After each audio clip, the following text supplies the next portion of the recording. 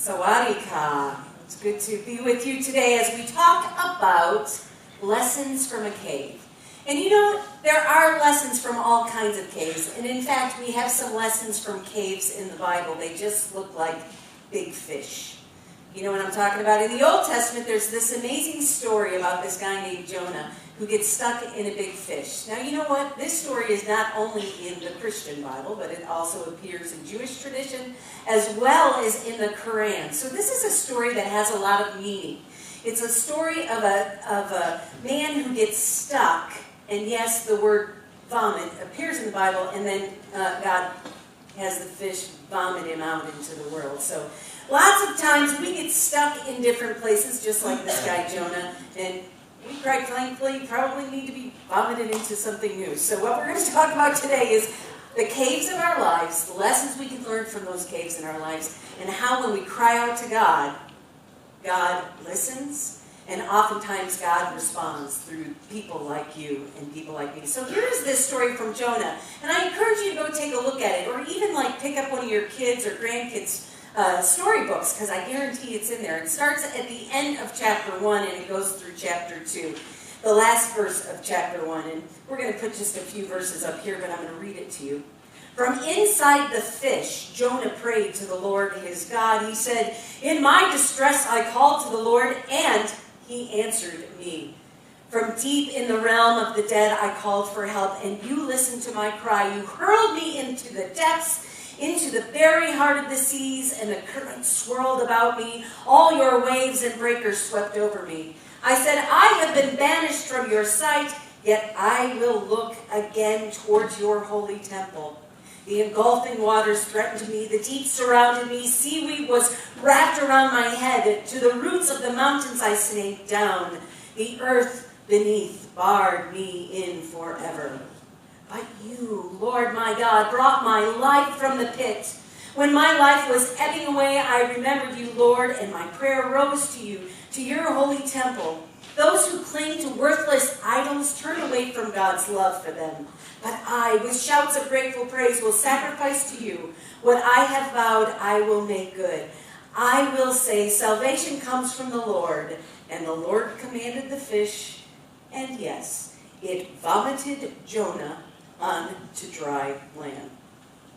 Throughout the Bible, people are crying out to God. And in fact, throughout most faith traditions, there is a cry to the divine, and the divine responds.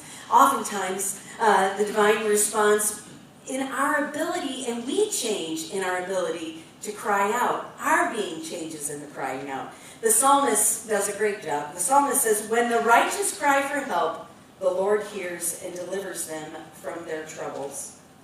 Now this week we're going to look at lessons from a cave. Next week we're going to talk about breaking free and what it takes to break free. Our big give next week is for Samantha's House. They build houses for people who have challenges. Most of those folks are from spinal injuries and other kind of challenges. But we're going to talk next week about how it is that we also break through. And we're going to look at break free, and we're going to look at a story from the Acts of the Apostles, and how Peter breaks free from jail. So come back next week and get the next part of this lesson.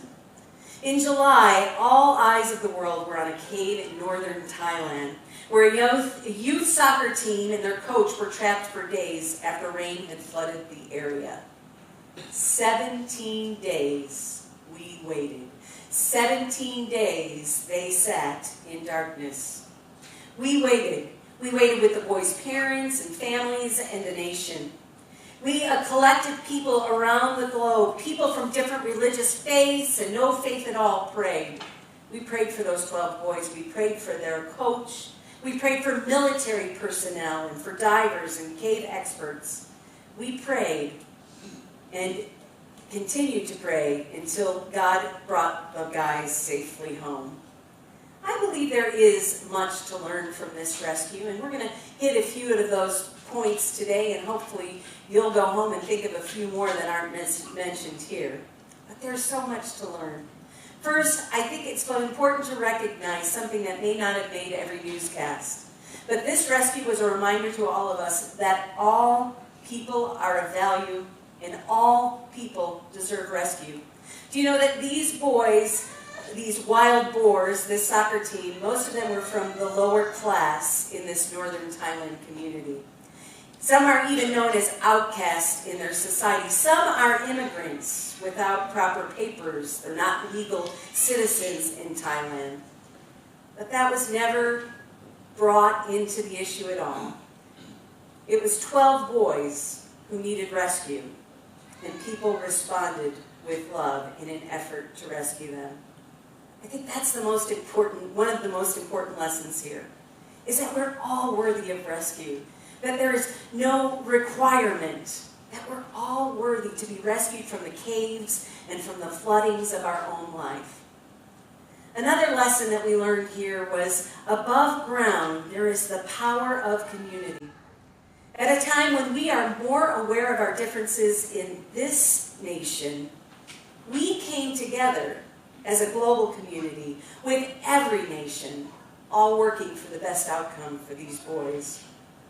I want to note that there were 90 men, yes, men, involved in the rescue of these boys. These men were from Thailand and the UK and Australia, the US, and in China.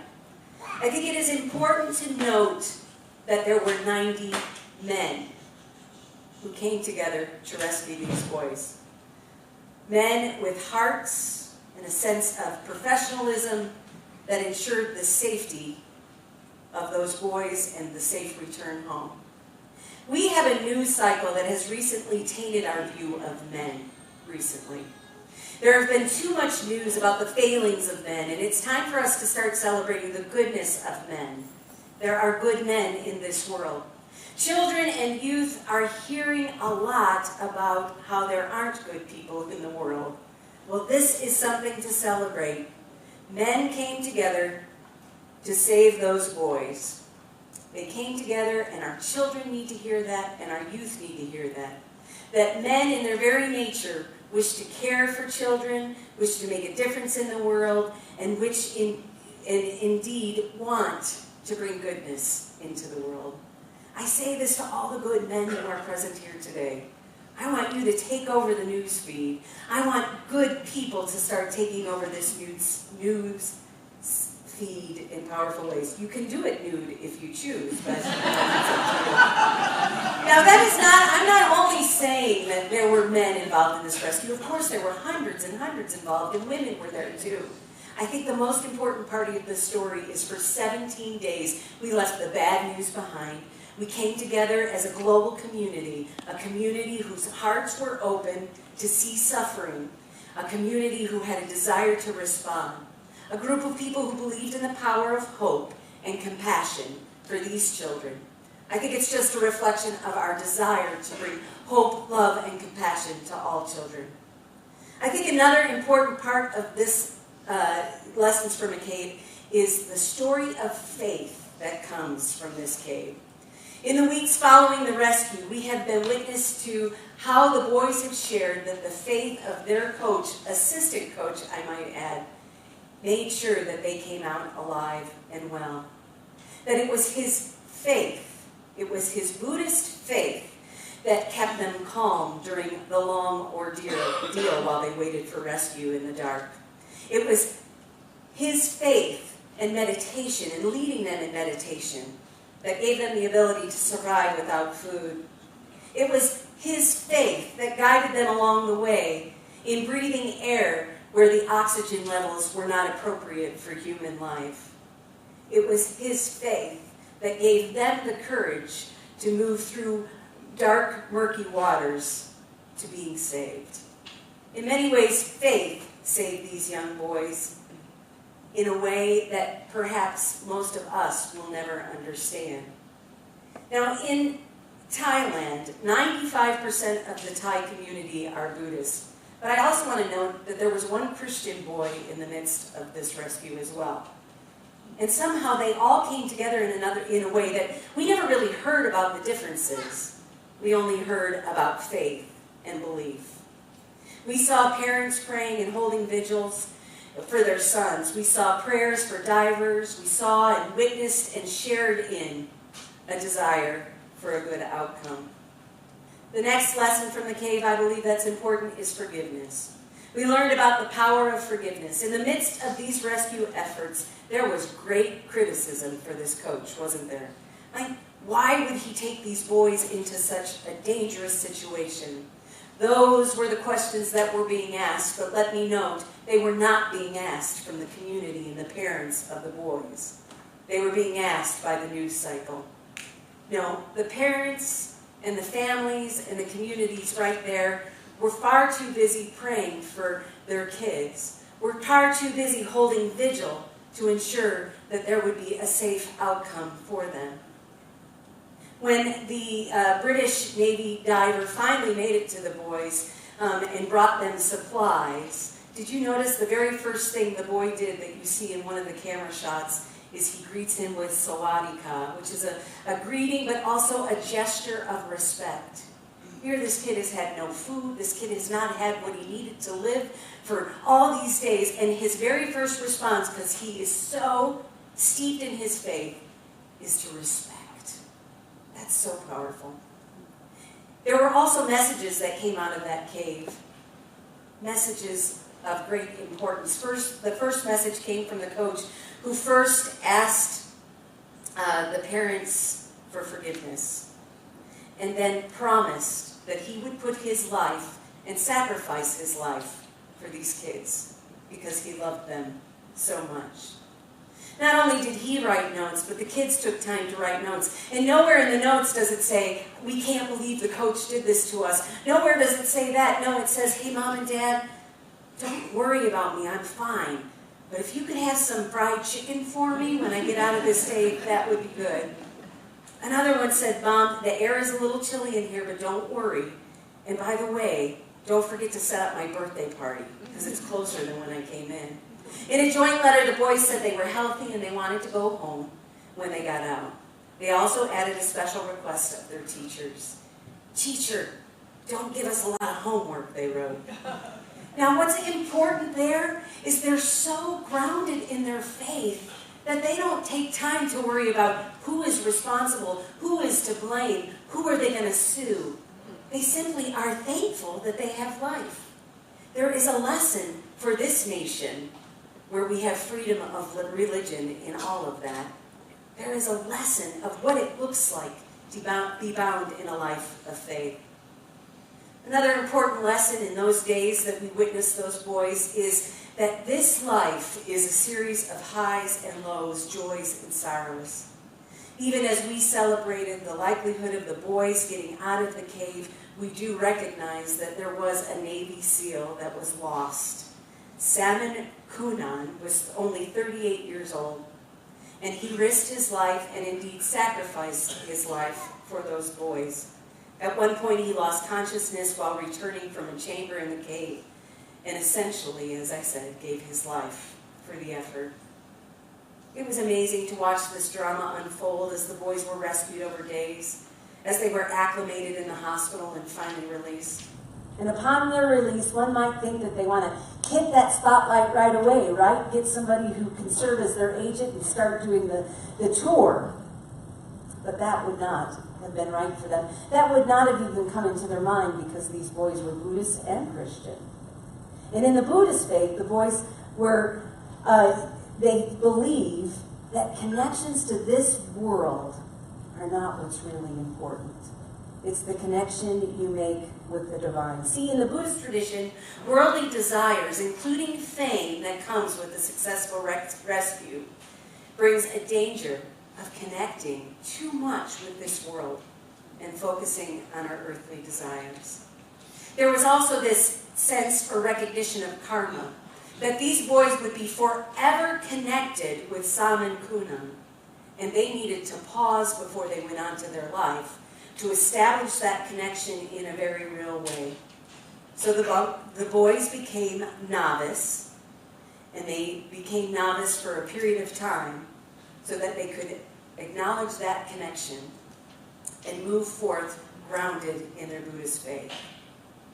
You know, as a nation that claims freedom in religion, I believe there is so much for the United States to learn from this experience. Thailand is so steeped in its faith practice. Buddhism is part of the national culture. Perhaps if we started to live intentionally into our faith, with less concern for our earthly desires, I wonder what our lives would look like. I cannot help but think if we were a country truly steeped in faith, and I mean the Muslim faith, the Christian faith, and the Jewish faith, could there have been a different outcome this past week in Colorado? Could a father so steeped in debt and so overwhelmed by image make a different choice? One that would have ensured that his wife and beautiful children were still with us today? If we were a nation whose churches were not empty, but people indeed who were living out their faith, what would this nation look like? Something tells me it would look quite a bit different.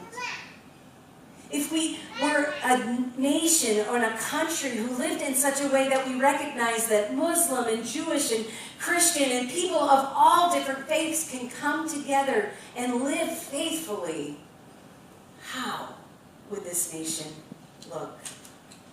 See, central to most every faith practice is love.